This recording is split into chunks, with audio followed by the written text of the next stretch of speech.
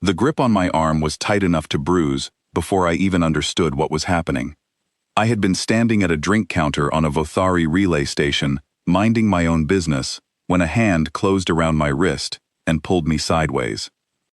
I turned to find two Vothari officers looming over me, tall as door frames, their shell-like skin catching the low light of the station bar. One of them had my arm, the other was smiling in a way that did not look friendly on a human face, and looked even worse on his. "Human," the one holding me said, his translator crackling with static. "You looked at our table. That is disrespect." I had not looked at their table. I had been staring at my drink, thinking about how much I missed simple things like the smell of rain and food that did not come from a nutrient printer. But 3 months on this station had taught me one thing above all else. Explaining yourself to people who have already decided you are guilty rarely works. "I did not mean any disrespect," I said, keeping my voice calm even though my heart was slamming against my ribs. "I will move to another table." "Too late for that," the second one said, and his hand moved toward my shoulder. I braced myself for pain, or worse, for the kind of trouble that ends careers and sometimes ends lives, out here on the edge of human space. 3 months earlier, our ships had first met the Vothari fleet above the outer planets of our solar system. 3 months of tense meetings, careful words, and the constant fear that one wrong move could end humanity's fragile place in this new galaxy. I was a junior interpreter, sent along because I spoke Vothari trade dialect better than most, and because nobody important would miss me if something went wrong. I thought this was how it would end, some pointless scuffle in a bar, far from home, over nothing at all. Then the entire room went quiet. It was not a gradual quiet, it was instant, total, the kind of silence that falls over a room when something walks in that everyone fears and respects in equal measure. I felt the hand on my shoulder freeze. I felt the officer holding my wrist go still as stone. I turned my head, and I saw her. She was tall, taller than the officers holding me, with skin like polished silver, and eyes that burned a soft gold, like 2 small suns set into her face.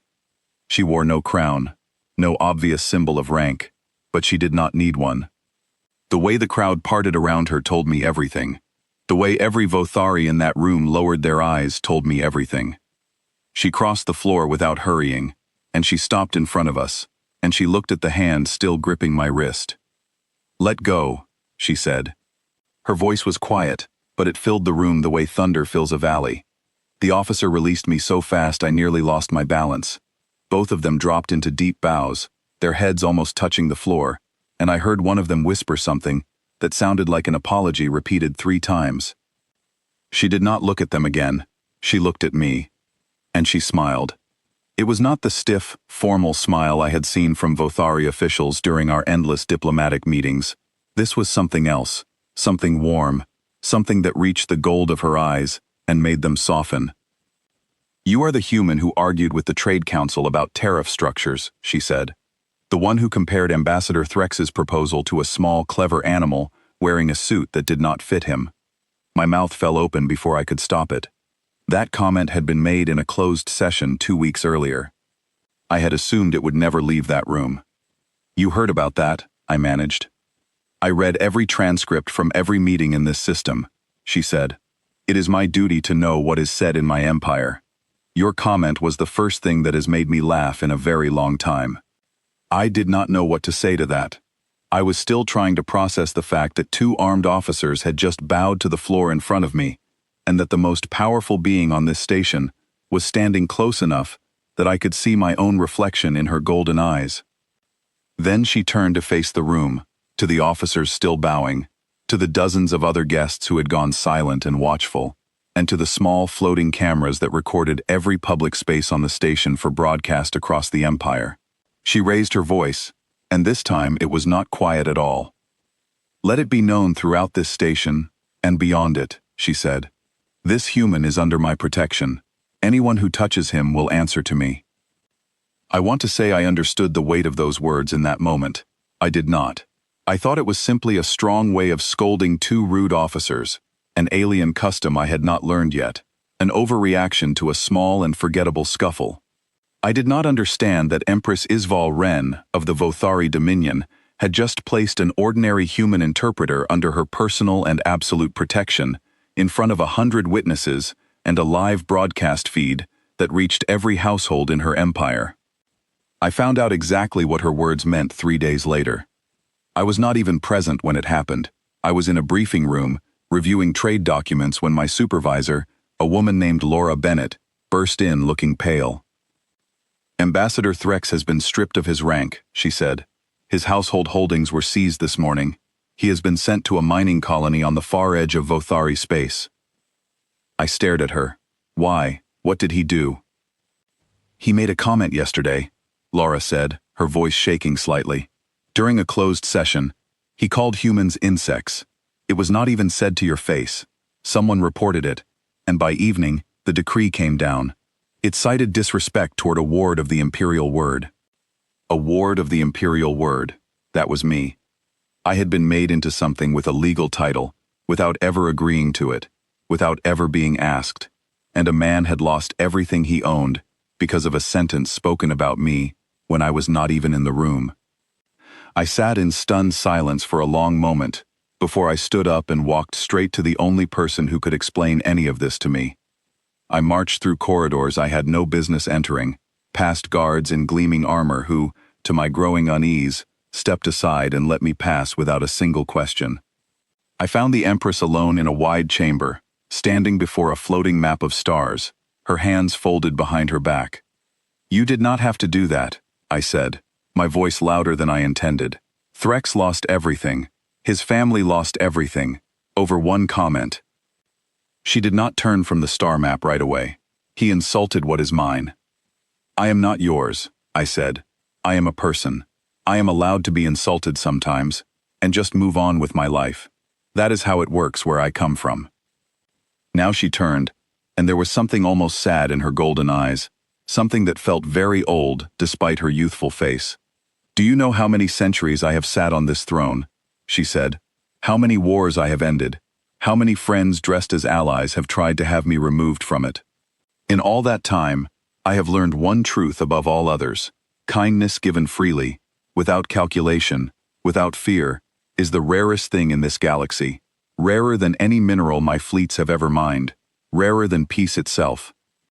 She stepped closer, and for a moment, the weight of her titles seemed to fall away from her shoulders, and she looked simply tired, simply lonely, in a way I had not expected from someone with so much power. "You laughed with me," she continued. "Not at me. Not to please me, or to gain favor, or because protocol demanded it of you. You made a joke about a small, clever animal, because you found it funny, and in that moment, you forgot that I could end your career, your family's fortune, and your entire species' place in this galaxy with a single sentence. That is a rare gift, small human. I do not intend to let this galaxy punish you for offering it to me." I did not have an answer for that, not then. What I did have, over the weeks that followed, was a front-row seat to something no human had ever witnessed before. I watched an empress fight her own council to keep our fragile new embassy from being swallowed whole by older, hungrier powers, who circled our solar system the way sharks circle blood in open water.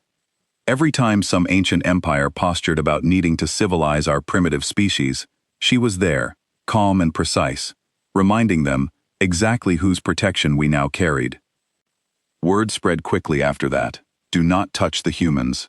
The Empress has claimed one, and where she has claimed one, she will not forgive insult to the rest." It had not started as strategy on her part. It had started as something personal. But when something personal is held by someone who commands a dozen fleets and dozens of star systems, it becomes strategy whether she intended it or not. Within a few months, humanity's treaty status stabilized in ways our analysts back on Earth could not explain. I never told them it had started with a bruised wrist and a joke about a small, clever animal in a bad suit. I stayed on the relay station far longer than my original assignment required. I told myself it was for the work, for the trade agreements, for the endless language lessons I was giving to Vothari officials, curious about human customs. That was a story I got tired of telling myself.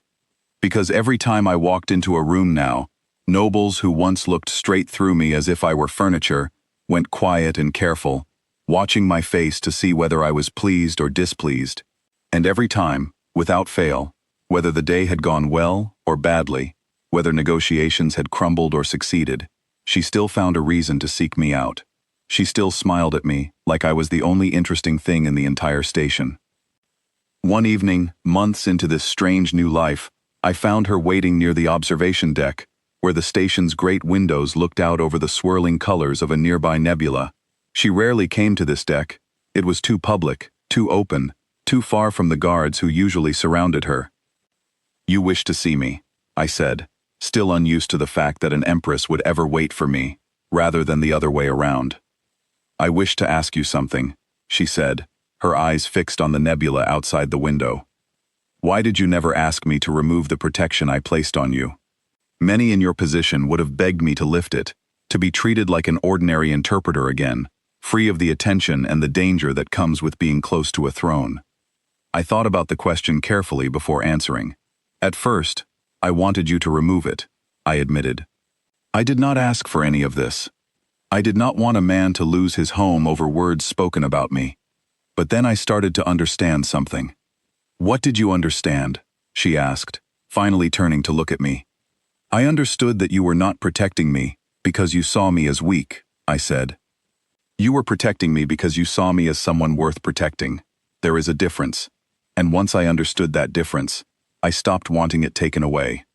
Something shifted in her expression, something soft and unguarded that I had never seen on her face during any formal meeting. "There is a tradition among my people," she said quietly, "older than the empire itself. When a ruler speaks a protection over someone, it is meant to last only until the danger has passed. Most protections are lifted within a season. Mine has lasted a full cycle of your seasons now, and I have shown no sign of lifting it." "Why not?" I asked, though some part of me suspected I already knew the answer. "Because the danger was never really the officers in that bar," she said. "The danger was that I might lose the only honest laughter I had found in a very long time. I did not protect you from them, small human. I protected myself from losing you." I stood there in the quiet glow of the nebula, unsure what to say, my heart pounding in a way that had nothing to do with fear this time. "I am not sure what happens next," I finally said. "I am human. You are the ruler of an empire that spans more star systems than I can count. This is not exactly a simple thing." "Nothing worth having is simple," she said, and there was the smile again, the real one, the one that reached her golden eyes. "But I did not ask you here tonight to solve every problem between our two peoples. I asked you here because I wanted to stand beside someone who makes me laugh, and watch the stars, and not think about treaties or councils or ancient rivals for one small piece of one evening." We stood together at that window for a long time, watching colors swirl across the dark, saying very little, needing to say very little. It was the first time since my ship had left Earth that I felt something close to peace. The months that followed were not without difficulty. Older empires continued to test the boundaries of what humanity could withstand, sending envoys who spoke in riddles and threats wrapped in polite language. Council members within the Vothari court whispered that their empress had grown soft, that she spent too much attention on one small alien from an unimportant world. I heard these whispers, and I worried what they might cost her, and what they might cost all of humanity, if her enemies decided her attachment to me was a weakness to exploit. I raised this fear with her one night, unable to keep it silent any longer. "They say I have made you vulnerable," I told her. "They say your enemies could use me against you, that protecting me has given them a target to aim at." She considered this for a long moment, her golden eyes thoughtful rather than dismissive. "They are not wrong that you have become important to me," she said. "But they misunderstand what that means. A ruler who has nothing she cares for can be threatened with nothing. A ruler who cares for something can be tested, yes, but she can also be trusted. My council has watched me rule through calculation and duty for many years. Now they watch me rule through both calculation and care, and they find that harder to predict, harder to manipulate. That uncertainty protects this empire more than any fleet I command." I did not fully understand the politics of her explanation, not then, but I understood the steadiness in her voice, and I understood that she had thought about this far more carefully than her critics gave her credit for. Not long after that conversation, the true test came. A rival power, one of the older empires that had circled our solar system since first contact, sent a formal challenge to the Vothari court, questioning the Empress's judgment and suggesting that her attachment to a human proved she was no longer fit to guide her people through difficult negotiations. It was a bold move, meant to shame her publicly and force her to distance herself from me in front of every watching power in the galaxy. I expected her to face pressure to give in. I expected the easiest path for her to be quietly withdrawing her protection, letting the whole matter fade from memory, letting me return to being an unimportant interpreter once again. Instead, she called a full gathering of every ambassador present on the station, humans included, and she stood before all of them without a hint of hesitation. "You question whether care for another being weakens a ruler," she said, her voice carrying clearly across the packed hall. "I say the opposite. A ruler who cannot care for anyone beyond herself has nothing guiding her judgment except cold calculation, and cold calculation alone has started more wars in this galaxy than any other cause I know. I stand before you not weakened by what I protect, but strengthened by understanding exactly why protection matters. This human taught me that lesson through nothing more than honesty and laughter, freely given. If that is a weakness, then I welcome it, and I invite every power in this hall to test how weak it truly makes me." The silence that followed was different from the silence in that bar months earlier. This silence was full of respect, even from those who had come to challenge her. No one spoke against her that day. The rival power quietly withdrew its challenge within the week, and word spread across dozens of systems that the Vothari Empress could not be shamed into abandoning what she valued. Humanity's standing in the wider galaxy grew stronger after that day, not because of a treaty or a trade agreement, but because every power watching understood something new about the empire they were dealing with. They understood that this empress meant exactly what she said, every single time, and that included the quiet promise she had made in a crowded bar months before, the promise that had changed the course of my life without my ever expecting it to. I think back often to that evening at the drink counter, to the fear I felt when a hand closed around my wrist, to the certainty that I was about to face real trouble far from home, with no one to help me. I never imagined that moment would lead to standing beside the ruler of an empire, watching stars drift past a window, feeling something I could only describe as home, even though I was further from Earth than any human before me. People sometimes ask me what first contact was really like, expecting stories of grand ships and tense negotiations, and the weight of two civilizations meeting for the first time. I tell them the truth. First contact, for me, was about a stranger's hand on my arm in a crowded room, and a stranger's kindness standing between me and whatever might have happened next. I still do not fully understand everything that followed from that single moment, the decree, the fallen ambassador, the growing bond between two people from worlds that could not be more different. But I understand this much clearly. Somewhere in the vast dark between the stars, an empress once smiled at a nervous human interpreter and made a promise she never once broke. And every single day since, I have tried to be worthy of that smile.